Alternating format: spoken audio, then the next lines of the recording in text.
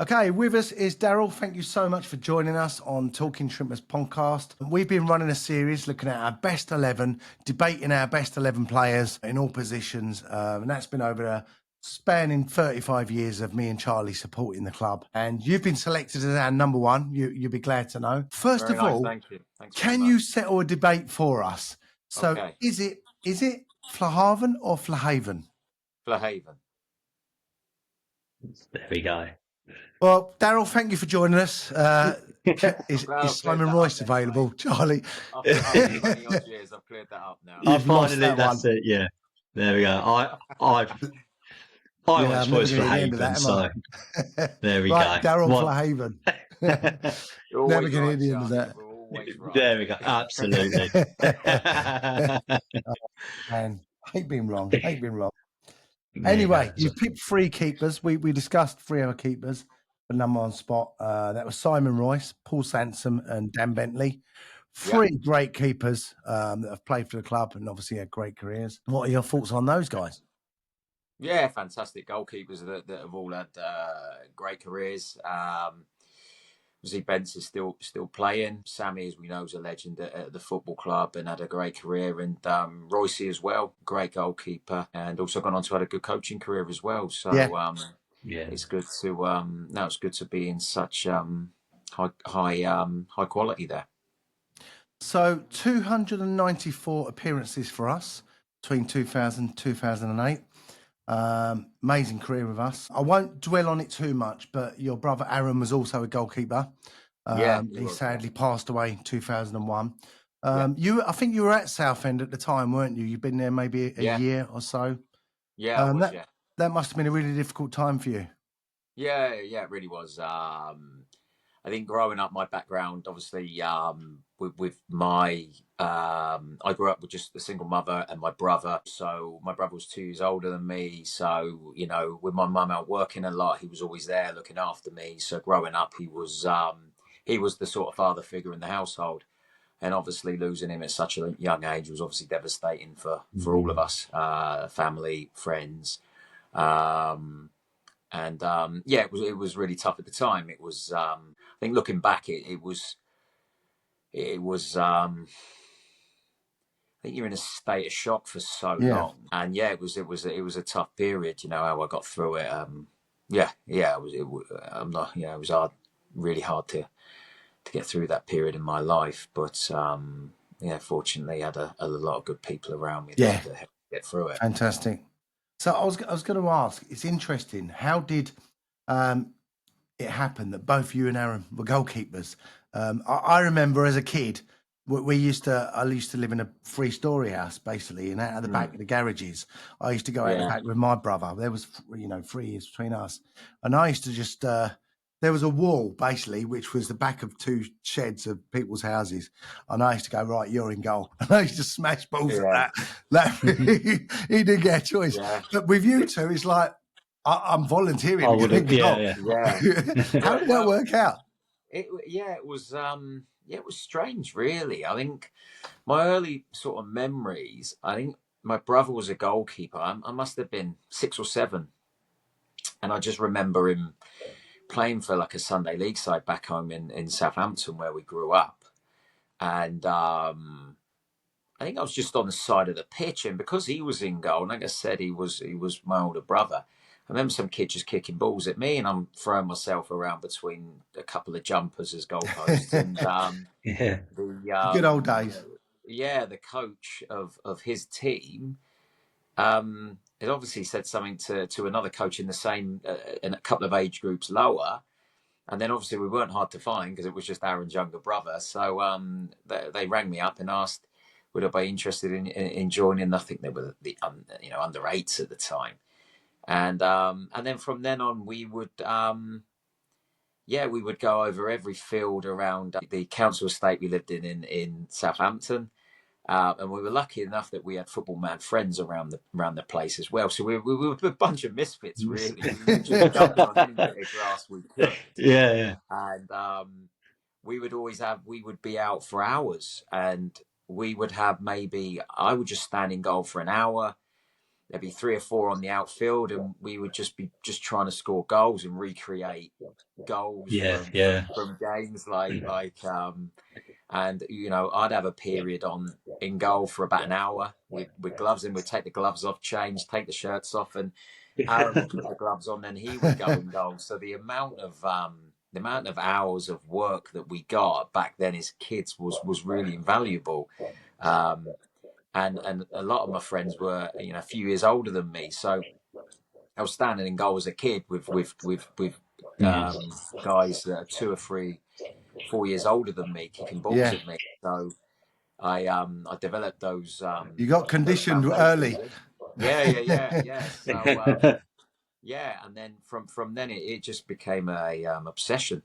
Um, as a kid, all I wanted for birthdays, Christmas was goalkeeper gloves, footballs, and as a kid, I was obsessed with Peter Shilton and Neville Southall of Everton, yeah, those guys. And when I was, I think, about 11, 12, I'd signed for Southampton Football Club, my local club, my local team. mm, And then it went from there. And fortunately, all the hurdles to get to a professional, I managed to get past, despite, at the time, people were saying about my height, I wasn't 6'2", 6'3" at the time. mm, I was under 6 foot. But I was, fortunate that I had a lot of determination. I thought I was technically really efficient with my hands and with my feet, and those hours Yeah. of being on pitch trying to score against my brother, I was good with both feet. So yeah, back then I had some sort of skills that some didn't, and yeah, luckily enough, I managed to get over the hurdles of schoolboys, YTS back then, and then signing a professional contract at Southampton as a kid, and then having a few years at Southampton in the Premier League there, and then then it's all started from there really. And then my brother, the same. He went to Portsmouth down the road, so we were sort of local rivals, rivals. which was Yeah, interesting. Yeah, and then yeah, it was just ironic that the fact that me and him, we were able to do what we loved doing at a really high level. Aaron went then into the first team at Portsmouth and started playing, and my career, I had to sort of earn it again because it was different. Aaron was bigger than me. Aaron was probably 6'2". Right. So he was a bit bigger than me, which was a bit you don't really hear normally. Brothers very similar in height, but he was a bit yes, taller yeah, than me. So he got the opportunity at Portsmouth where I had to then I got let go by Southampton at 20, 21, and then I had to go and play for. I got an opportunity at Woking, which was National League now.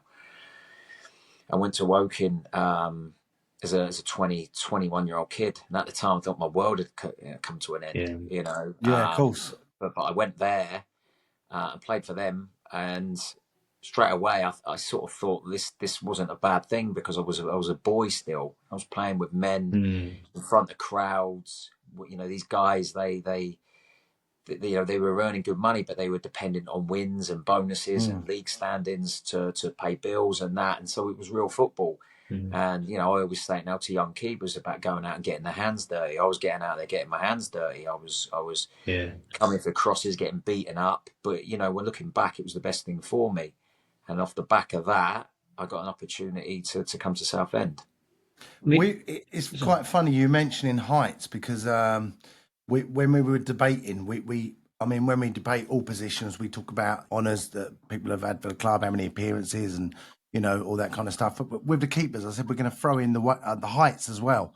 And Mm. actually, you were the shortest of the four. But one thing me and Charlie Mm. both said was that you always had unbelievable agility. Remember, Yeah. I mean, today mm, in these days, with sports science, conditioning of players, it's just so much more profound, isn't it? But you were just years ahead of sports science back then. What was your secret? Your agility was just ridiculous at some games, just tipping some of the balls over the mm, bar. So I don't know how he Yeah, does I it.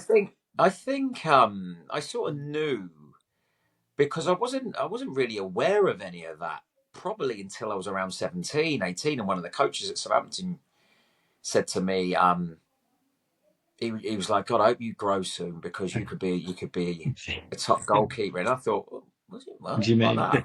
What do you mean? Oh. I thought, oh. And then it was only then I thought, and then I used to stand when you used to walk into the Dell back then. There used to be like a height The chart, and I Dell, remember yeah. putting my head to Oh, it, and I was really? like, it was like 5'10", 5 foot, and I used to Like, think, oh God, yeah, right, yeah, yeah. No, honestly, then it was like, no way, because it was a different era then. And then I thought, Yeah, right, and then I started really then paying attention to it. And yeah, then I'm thinking, oh God, yeah, I need to really be, get over 6 foot. I was 17 at the time, so I was thinking, hopefully, I'll shoot up growth another few spurt. Yeah, inches and that. And like, unfortunately, I didn't a lot. I got to, I think, 5'11", which is just under 6 foot. And I was always hoping I'd just get over that 6 foot barrier. yeah, you didn't need So it. yeah, I was only aware of it then, but yeah, in training, I realised how important my footwork, my speed, power, Yeah, agility was going to be for me.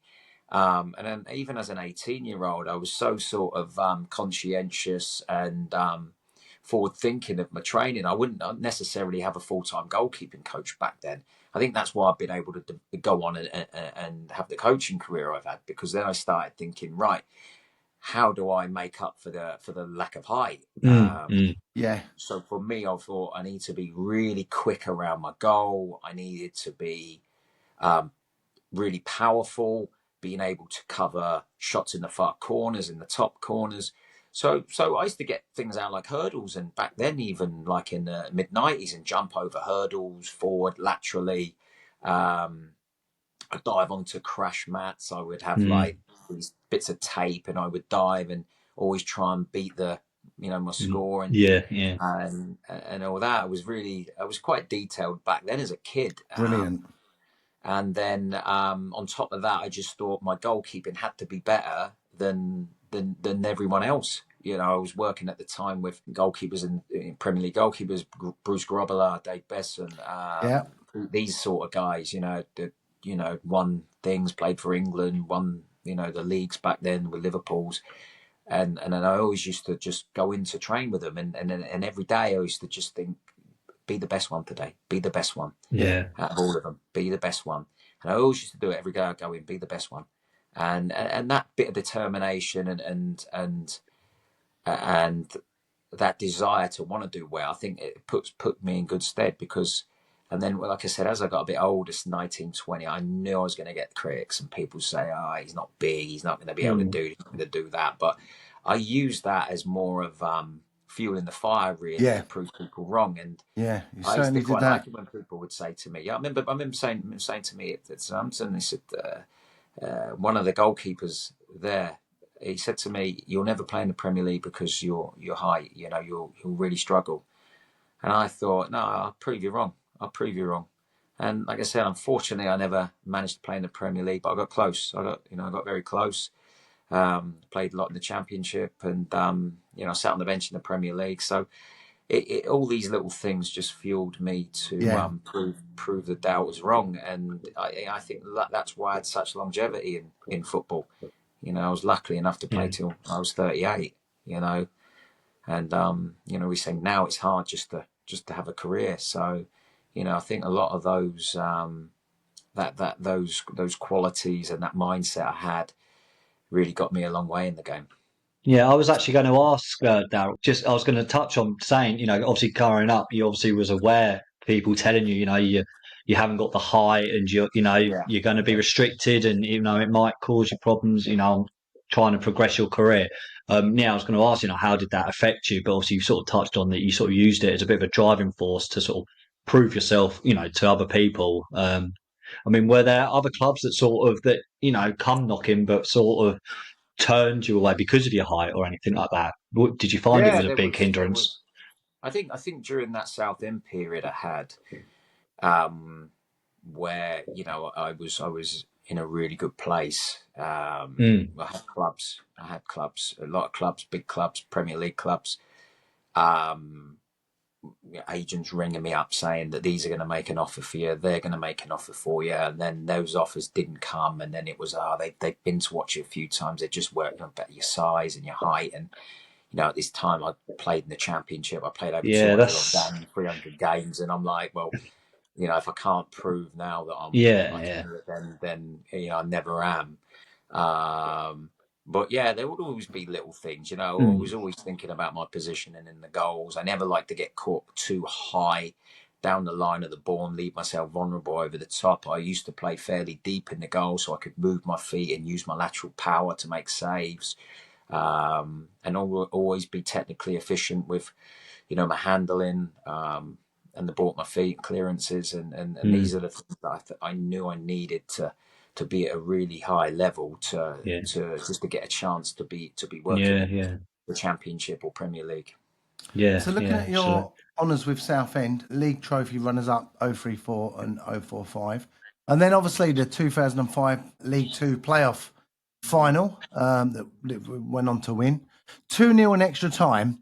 But were you kind of mentally preparing yourself for a penalty shootout at that point? Is that the Lincoln game? Yeah. Lincoln. It Yeah, was, wasn't yeah. it? Yeah, yeah.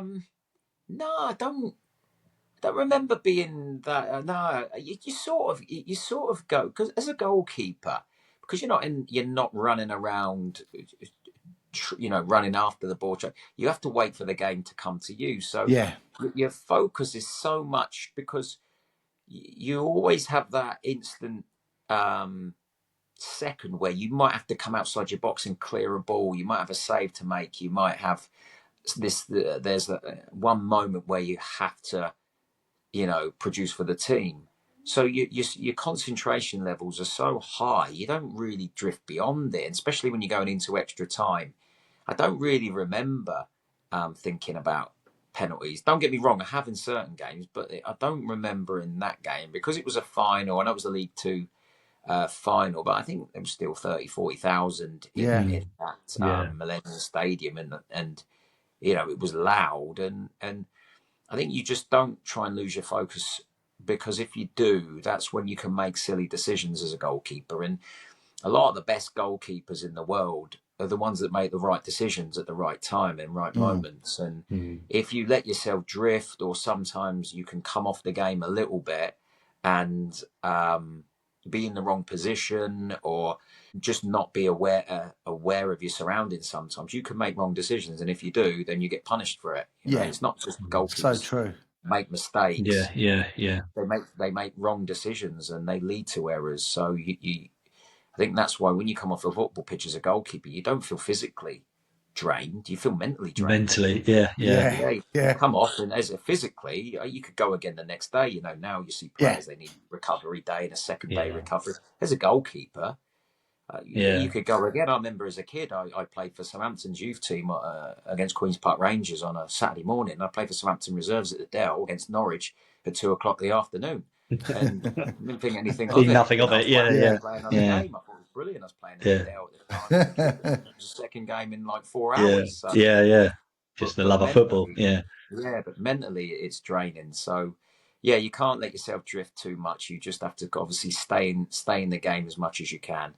And yeah, fortunately on that day we won 2-0, and we got promoted that day, and I think that was the start of it all. Yeah. I don't know if you saw it. I think it was the women's Euro final. Was it last year or this year? Hannah Hampton, the England keeper, when it comes to penalty shootouts, she mm. basically she'd written up the Is it opposition on on the? her wrist, Yeah, wasn't it? And the yeah, Spain goalkeeper, she booted it into the crowd, so yeah. she didn't But, have just but you see genius, that now, genius. don't you, on like water Yeah. bottles and stuff, don't you? Like, was that Well, sort of a You trick didn't of the have trade? any You of that used to then, back. did you? yeah, we do it a lot now, is in Yeah, coaching. obviously a lot of Yeah, Yeah. research, isn't there? yeah.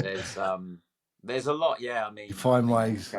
yeah, going into the coaching, we analyze penalty takers, and everything. We analyze the run up. I analysed even their arms. I know it sounds funny. Right. I analyse their arms. I analyse their approach, the steps, the stutters, the intensity of their run ups, and Wow. just try and find Wow. and get an edge as much as we can Yeah, on yeah. penalty takers. And yeah, it's not something that I had when I was playing. I had a theory. Um, that I had. I think as I went on in my career, I think I had it before analysis, and then analysis coming into the game. But a lot of the time, it would just be if there's a penalty, this was his last one. You know, when now I go back and we probably Yeah. look at about 10 or 12 Yeah, of them. yeah, Things have yeah, You changed. yeah, know, yeah. so Wow, yeah, so involved now. yeah, there's so much detail that goes into it now. Mm. You know, I believe there's a lot. There can sometimes be too much that you can lose that instinctiveness on the pitch. Yeah, I yeah. think you just have to get the balance right sometimes as a coach and stick to your principles and what you believe in, and hopefully that'll transport onto the pitch. Well, we're going to talk about some goalkeeper instincts a bit in a bit. Before we go there, just going back, talking about mentally preparing for a game. What was your routine? I mean, now it's all AirPods and stuff like that. But what was your go-to? I think it was like you say, it was different back then. You know, I remember we wouldn't even bring a mobile phone into the changing room with us. No. Yeah, You know, and I think the difference is that we would all on coach journeys to games, we'd all be playing cards or Yeah. we'd be watching Only Fools and Horses on things like that, having a laugh and a bit of banter flying around and people interacting a lot. Where it's a bit different now. You go on coaches now to games and you don't hear any of them. They're all No one talks to headphones each on, other. and that's Yeah. it. Yeah, Quite yeah. sad, isn't it? Yeah, you Just hear get the a coaching grunt. staff maybe with the players, but I think I would always sort of do some sort of preparation mentally just to try and put myself in a good place. But I felt I played my best stuff when I didn't think too much. I think you can think too much, and I think a lot of us, if you think too much, those negative thoughts can come into your head. Mm. And I believe and I think you always play your best stuff when you're not thinking about it, you're just Got an doing it. instinct. Yeah, Yeah. yeah. Yeah. Yeah. And I think if you sometimes think, he's going to do this, he's going to do that, you can sort of lead yourself into a false sense of security. And I think a lot of the times, if you can just be in the game and deal with the situation when it comes to you, I think you're in a better position, because I think like if you preempt a lot of things and they don't come out the way you do, it can have that negative effect on you. So Lee Turner, my goalkeeping coach, you always just say play the moments, just play the moments.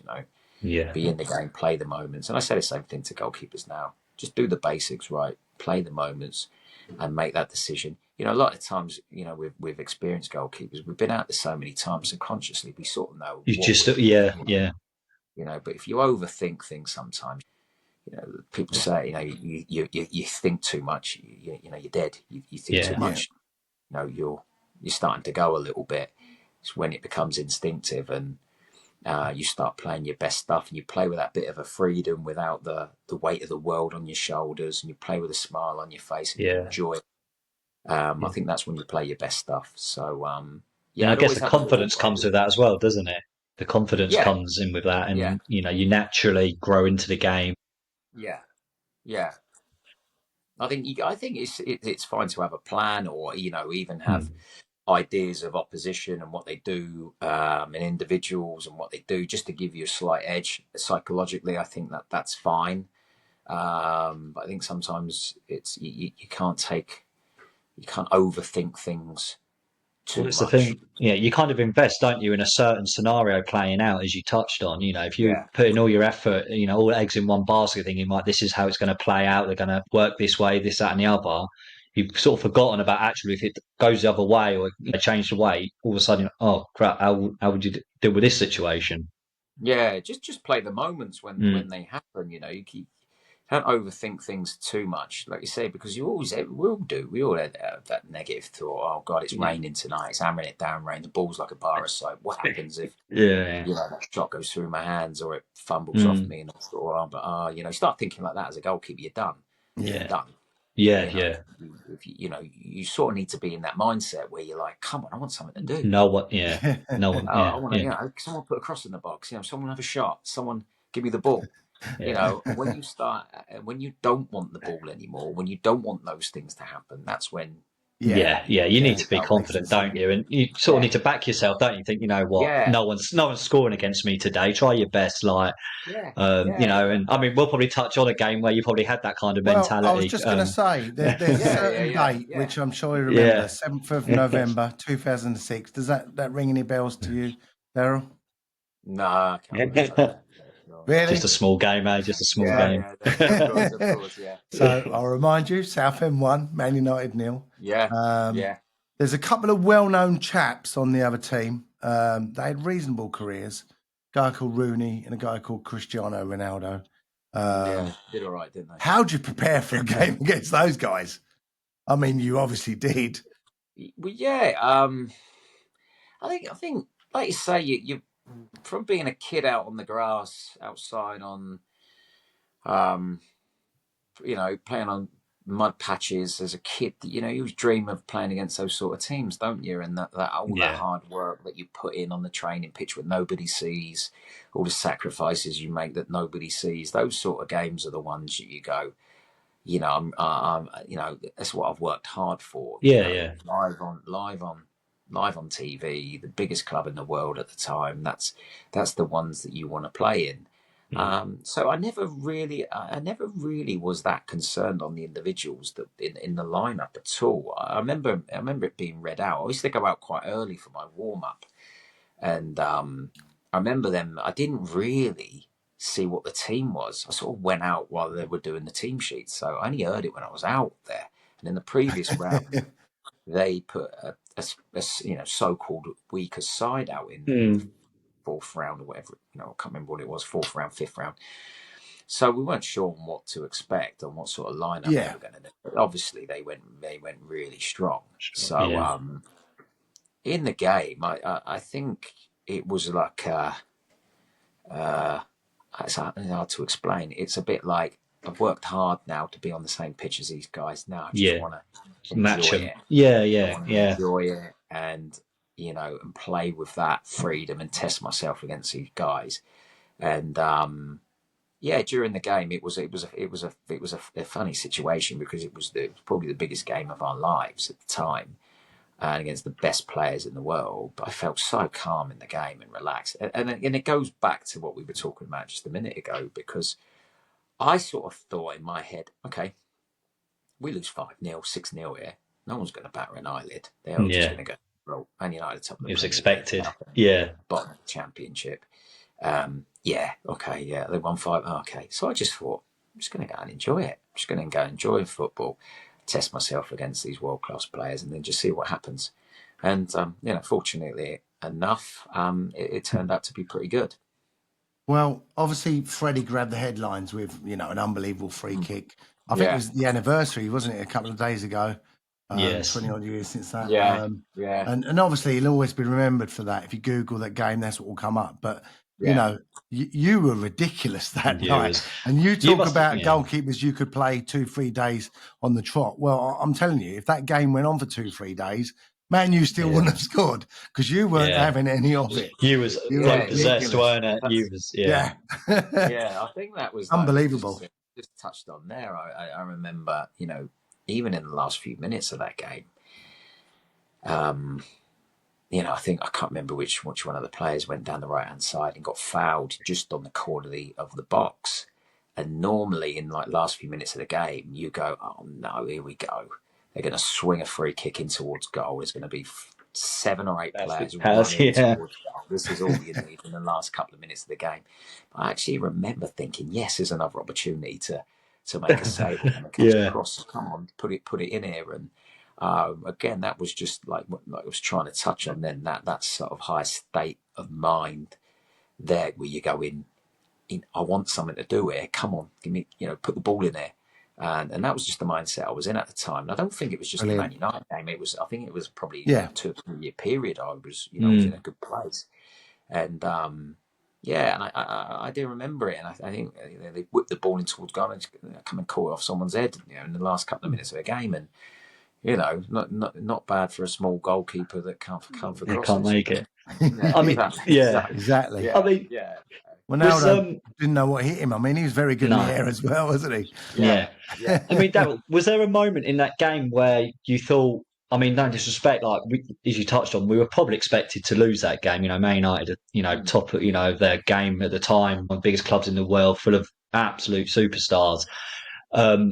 Was there a point in that game where you thought, you know what, we could actually win this, we could actually do this?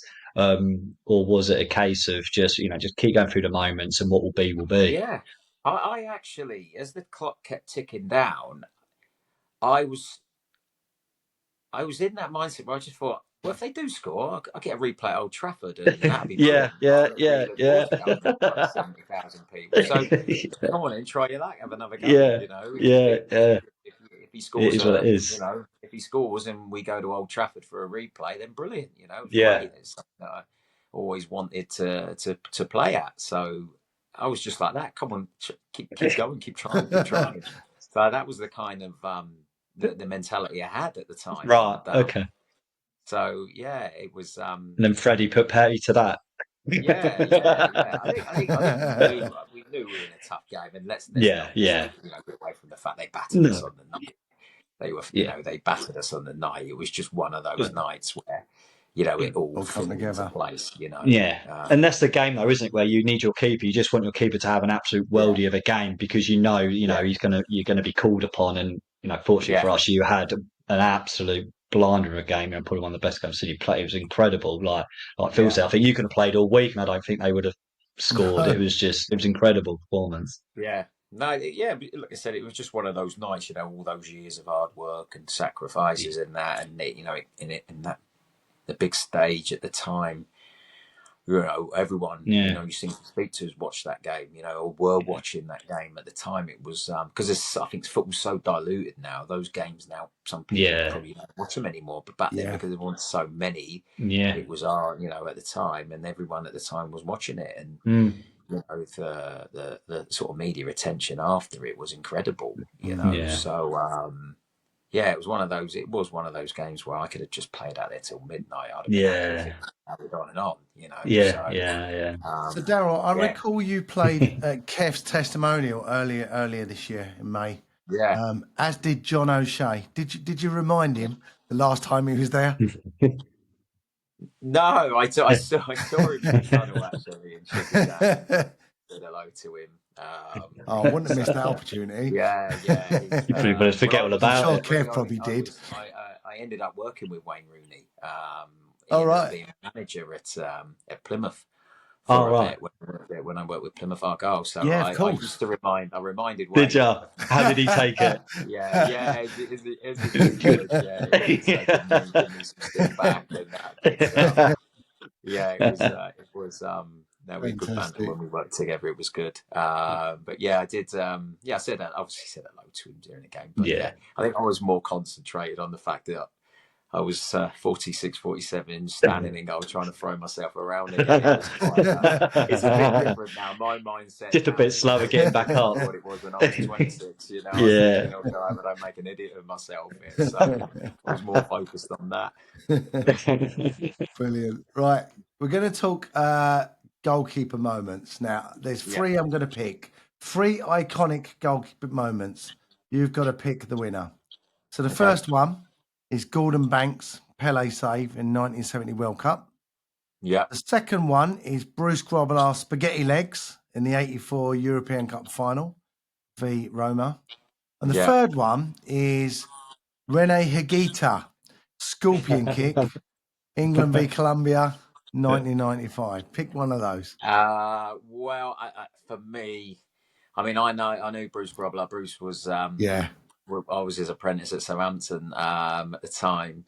So sorry, Bruce, I'm not gonna put you as number one.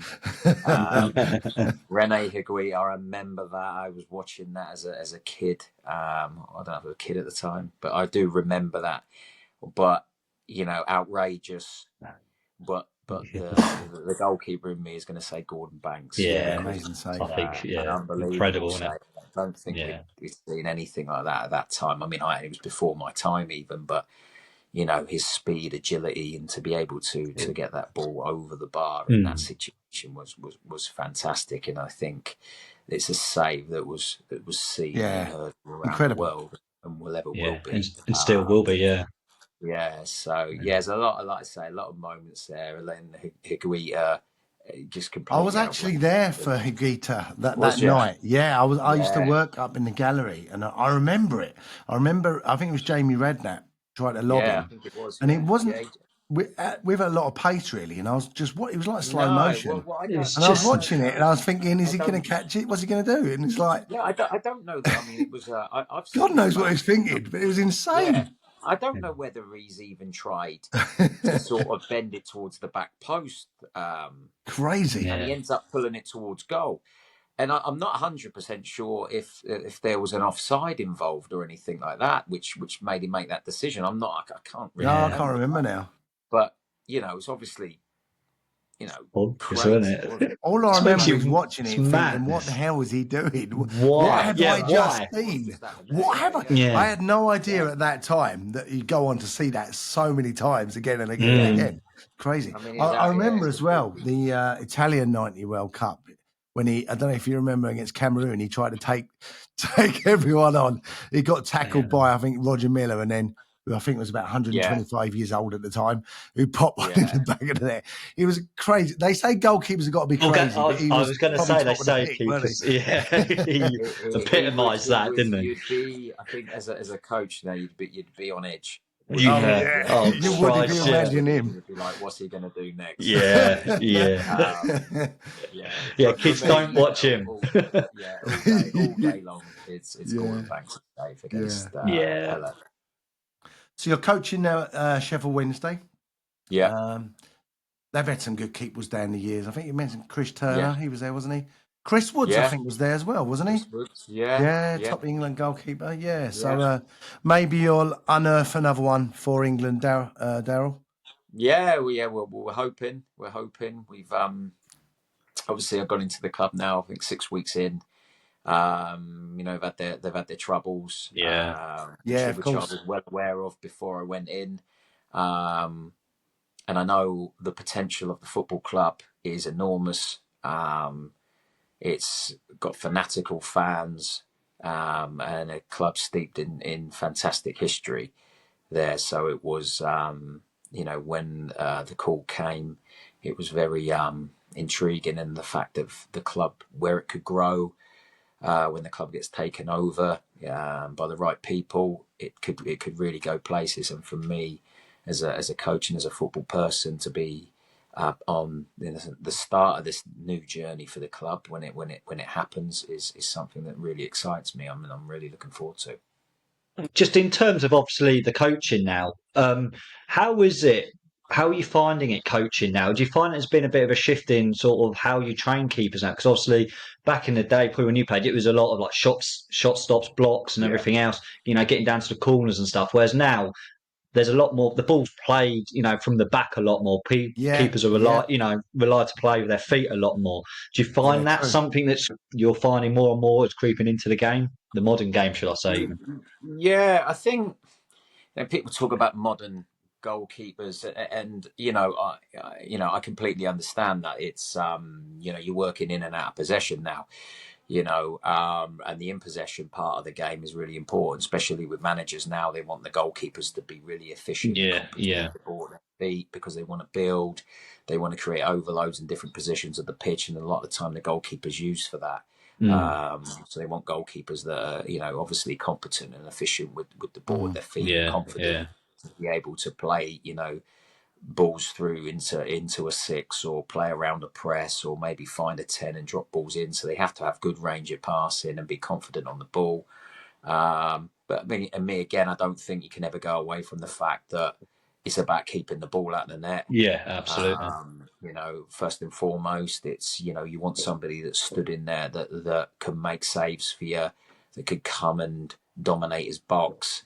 And if he's good with the ball at his feet, then great. It's a bonus, yeah. It's an added bonus. And the way we work with goalkeepers now is we'll always try and add those little bits in during training. It's difficult with the game schedule, but we'll try and add in passing patterns, build patterns, and then we'll try and maybe add it in with like a multifunctional drill where you might play passes, then receive shots, and the passes Well, that you I play see. alongside, Yeah.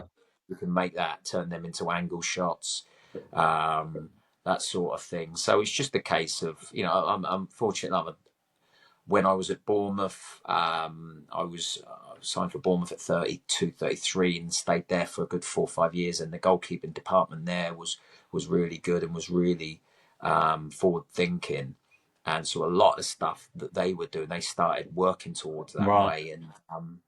And then obviously I took a lot of that into my coaching and did my research and had my own thoughts and been able to put a good program together where you do. I think back when I was playing, it was probably 95% of your week, your month was out of possession, shot stopping, crossing, Handling and handling, stuff. Yeah, that sort of things now, where we try and balance it now where, during a month it might be 60-40, 70-30, Oh, but right. we Yeah. always try and get that bit with the ball in their feet. If we're playing a certain team, certain way, I'll try and do passing patterns that we might see during the game, during the build up.